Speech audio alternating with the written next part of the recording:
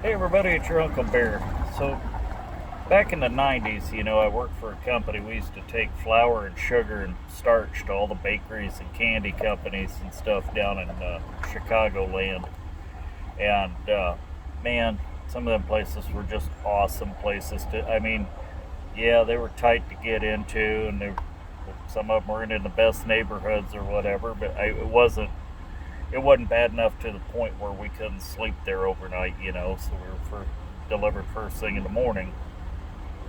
But I remember there was one place in Franklin Park that we used to take flour into, and it was tighter than hell. You had to go into a little fenced-in lot, and then you had to jackknife it into the guy's dock, and it was an indoor dock. So it was a challenge to say the least.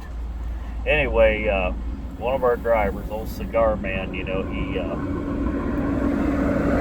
couldn't figure out, whenever I went in there, the Frank, the guy that unloaded us, he was the owner of the place. He'd get one of them old brown paper grocery bags.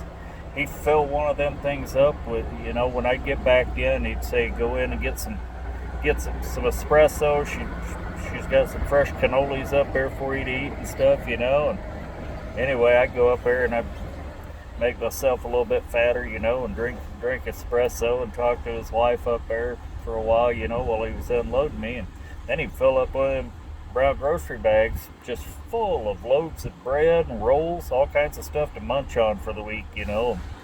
Old cigar man, he said, they never give me any of that stuff. And I told him, I said, if you quit calling him Saddam, that might help. I said, number one, he's Italian.